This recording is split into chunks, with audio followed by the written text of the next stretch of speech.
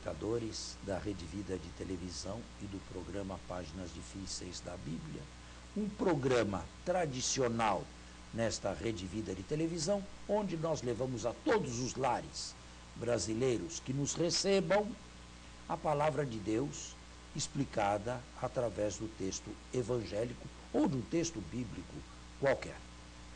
Vamos lá? Nós paramos, padre, no versículo 14 de João 14, fizemos a leitura e eu perguntava ao senhor, então, a respeito do versículo, se me pedirdes algo em meu nome, eu o farei, e fazia um questionamento a respeito dos pastores que prometem as soluções aos problemas, especialmente materiais, e perguntava então se essa era uma forma clara de identificar os maus pastores, visto que nós temos muitos. Essa é uma das, não é a única. Mas escute, é melhor identificar o bom pastor a identificar o mau pastor. O bom pastor, em primeiro lugar, é Jesus. Depois, aqueles que receberam de Cristo através da igreja o mesmo mandato, ou um mandato análogo. O bom pastor vive ao lado das suas ovelhas. O bom pastor está sempre pronto a atender às suas ovelhas. O bom pastor é pobre, ele não se enriquece, ele não quer dinheiro, ele não quer o leite das ovelhas, ele não quer a lã das ovelhas, ele quer servir as ovelhas, mora numa casa ali ao lado das suas ovelhas, igual a das suas ovelhas, não tem grandes propriedades, não tem aviões a jato, não tem nada disto que o leva para longe, mas para anos-luz longe do Evangelho. Ele é capaz de sofrer pelas ovelhas, ele dá todo o seu tempo e o seu carinho às ovelhas, ele dá a sua vida. Ele normalmente é ordenado moço, ele envelhece no meio das ovelhas, sem levar nada a não ser aquilo que ele espera do bom pastor Jesus, depois de uma vida de dedicação e de entrega desinteressada aos seus irmãos. Esta é a figura do verdadeiro pastor. E existem, graças a Deus, esses pastores existem. Nós não estamos falando aí de coisas... vejam aí as primeiras tiradas do Papa, desse novo Papa. Não vão nesta direção? Na verdade, não só as primeiras tiradas, a história dele diz isso, né?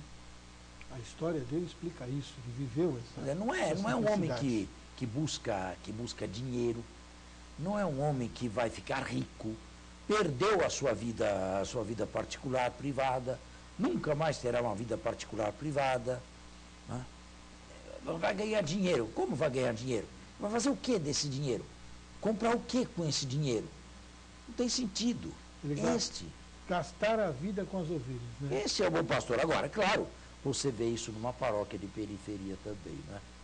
Você vê isso num padre bom, num padre dedicado, num padre que não se enriquece, num padre que não quer saber de locupletar-se. É fácil. Agora, aqui num país como o nosso, onde a maioria, uma boa parte, é de crítica pequena, bom, se vem um malandro, se vem um qualquer aí, dizendo que Deus faz isto, Deus faz aquilo, como é que ele sabe o que Deus faz ou o que Deus não faz? Como ele sabe? Como ele promete? E depois, se tem pessoas sem crítica que vão atrás disso, e esse malandro se enriquece. Eu pessoalmente acho que a lei brasileira é leniente nisso aqui, sabe? Porque nós sabemos perfeitamente quem são, a que vêm, o que fazem, o que querem, nós sabemos perfeitamente. E vou mais adiante ainda. Se a Constituição brasileira exige que o Estado seja separado da Igreja, e eu acho perfeitamente cabível e bom isto aqui, para que este lobby de pastores lá no Congresso Nacional? Isso deveria ser uma questão a ser estudada. O que eles estão fazendo lá? Isso já é um sinal. O que eles estão fazendo lá? Como é que entraram lá? Por que porta entraram lá? É pastor e é ao mesmo tempo senador da República, é deputado, mas aonde está, nesse caso, a separação da igreja e do Estado? Se esses aí podem fazer tudo. Bem, você é advogado, talvez possa responder melhor do que eu a esta pergunta.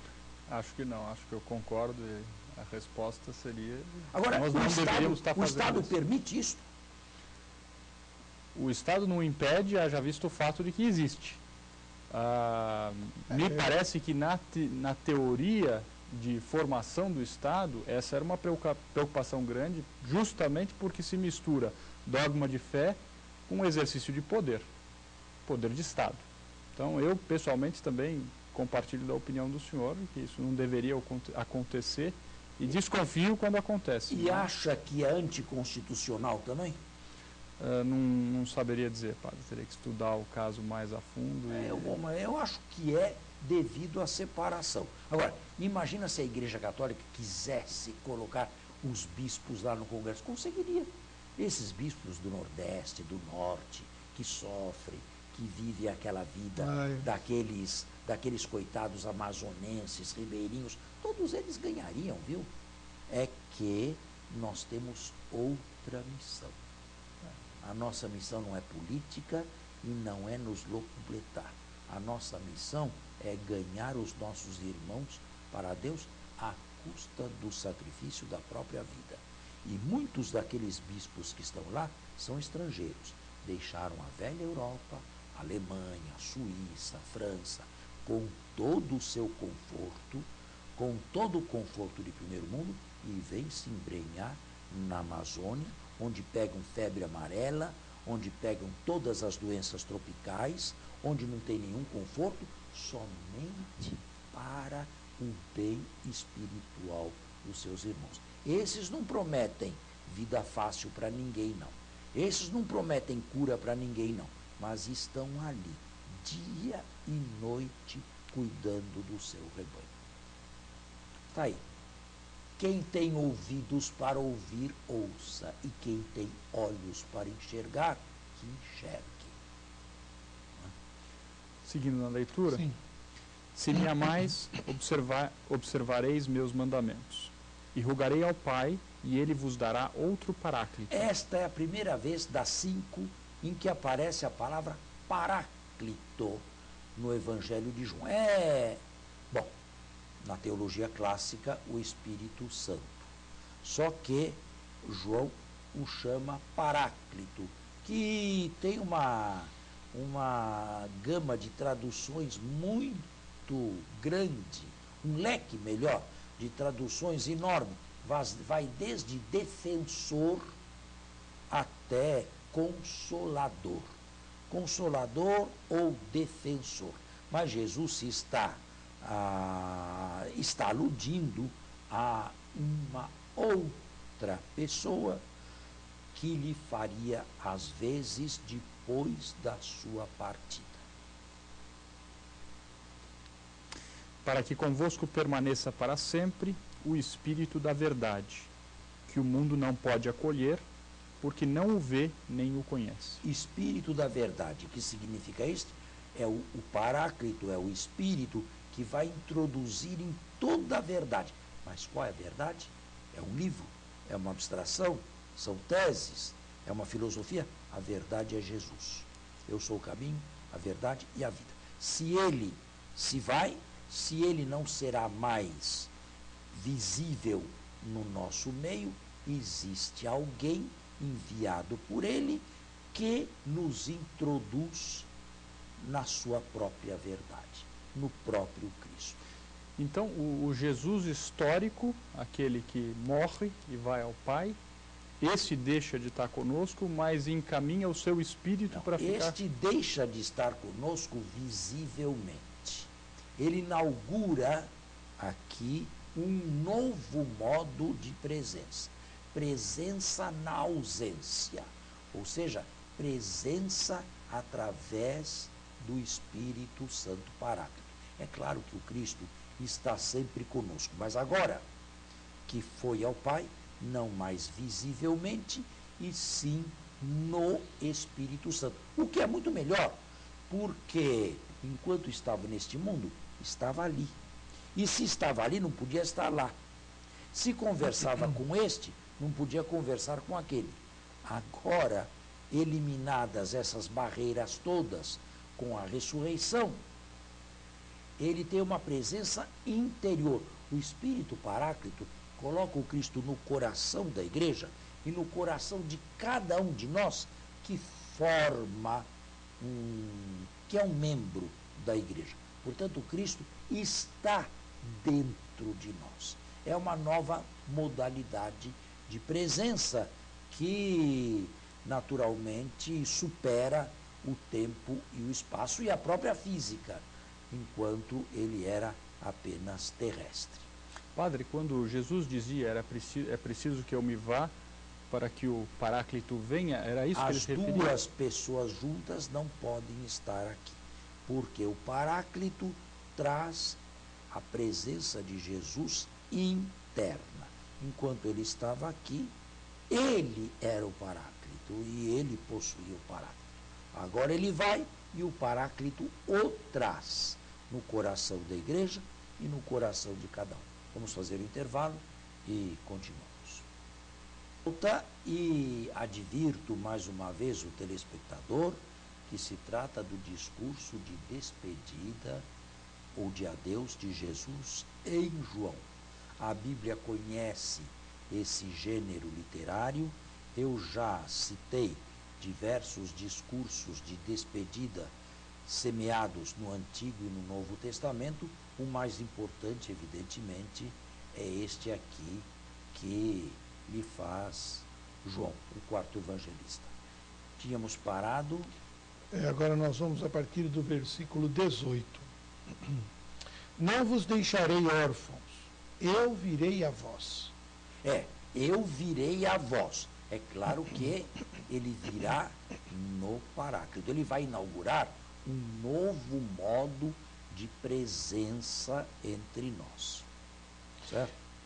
Ainda um pouco e o mundo não mais me verá, mas vós me vereis, porque eu vivo e vós vivereis.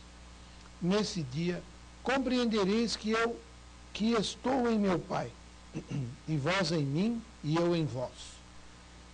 Quem tem meus mandamentos e os observa é que me ama, e quem me ama será amado por meu Pai. É a única vez do Evangelho em que se fala do amor por Jesus, e que consiste na observância dos mandamentos, mas o único mandamento a que alude a esse Evangelho é o mandamento do amor.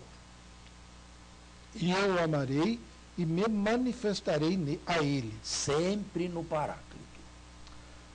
Judas, não o Iscariotes, lhe diz: Senhor, por que te manifestarás a nós e não ao mundo? Respondeu-lhe Jesus. A resposta de Jesus não é uma resposta direta, mas de certa maneira responde. Por que o mundo não pode contemplar Jesus e o Paráclito? Porque lhe falta o essencial, porque lhe faltam os olhos da fé.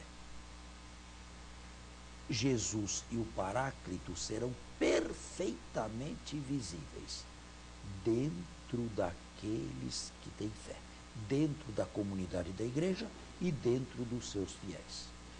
A manifestação de Deus é uma manifestação real, profunda, sem nenhuma sombra de dúvida, mas exige a fé e é uma manifestação interna, não um milagre aí que pararia a história.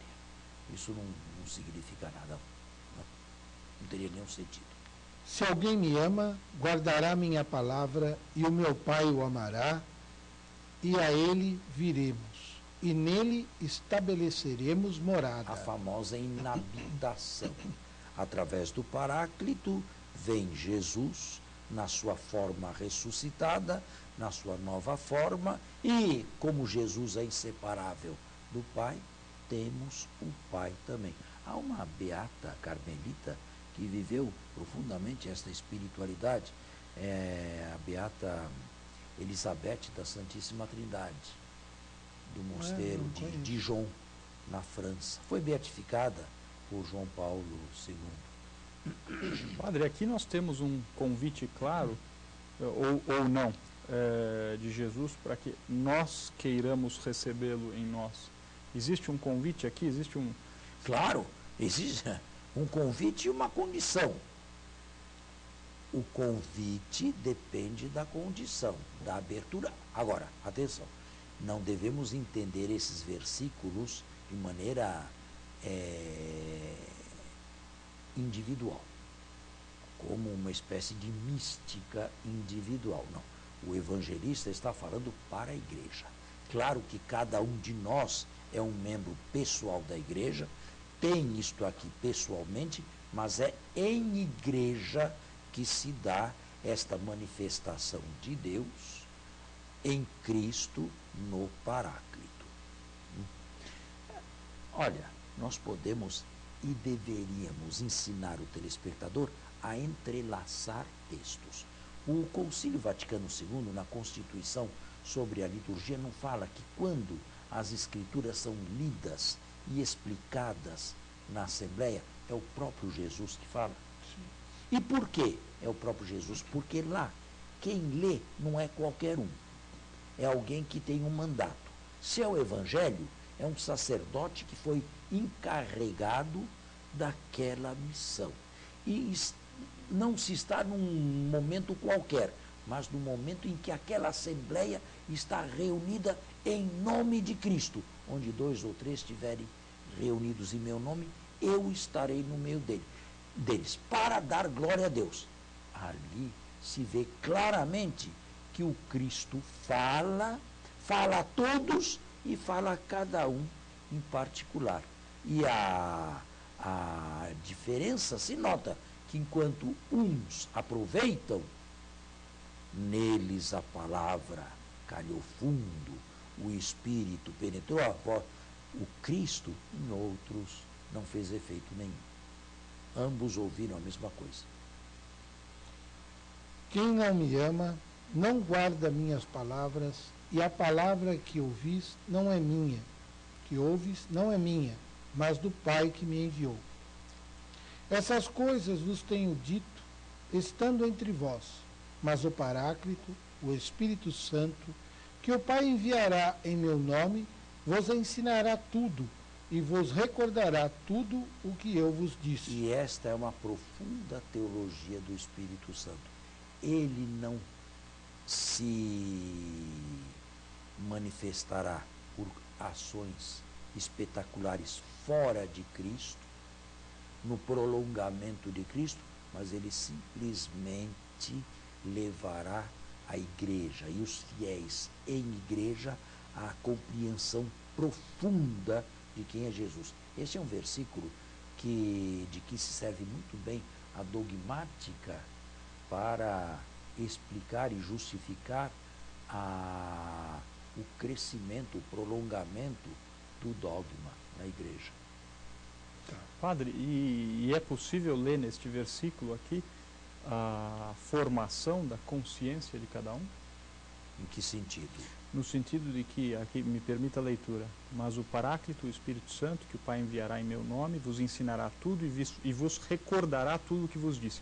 Ora, é preciso que cada pessoa tenha dentro de si um discernimento capaz de apontar o que é ordem de Deus, o que é prescrição de Deus e o que não é. O evangelista é interessante, mas talvez você não tenha pego a profundidade.